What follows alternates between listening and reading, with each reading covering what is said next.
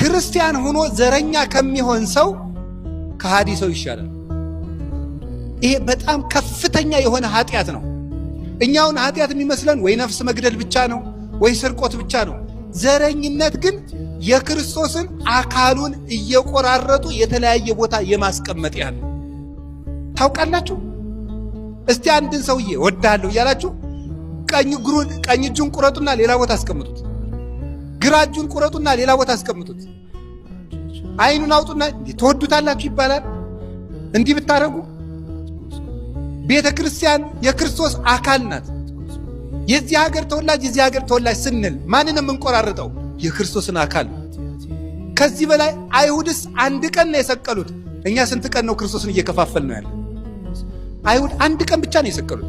እኛም ክርስቶስን እየሰቀልን ነው በመለያየት በክፋት። ይሄ ልቡናችን ካልነጻ እግዚአብሔር አይዘበትበትም። ከናዝሬት ደግሰው ይወጣል እንዲሁ ከቃሉ ጋር ናቸው። እግዚአብሔር ሁላችን ጋር ይሁን። ትዕቢታችን ይጥለናል። እውነቴን ልንገራችሁ፣ እኛ ጻድቃን፣ እኛ ኢትዮጵያውያን፣ እኛ ቅዱሳን፣ እኛ እንደዚህ ባል እኛ የለም። የሚያድነን የክርስቶስ መንገድ ነው። ኋላ ምን አለው? ና መጥተህ እያለው። ይሄ ሊቃውንት ምን ብለው ይተረጉማሉ? ፊልጶስ እንደው ለጋ ክርስቲያን ነው የሚመስል ይላል።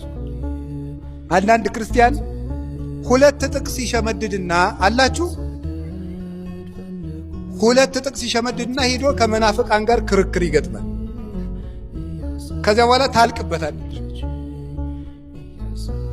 ማቴዎስ ወንጌል ምዕራፍ እንትን ቀጥልሽ፣ ዮሐንስ ወንጌል ምዕራፍ እንትን ቀጥል ጨምር አልቋል። ዓይንህን አፍጥጠ ክርስቶስን አሰድበ ቤት ግን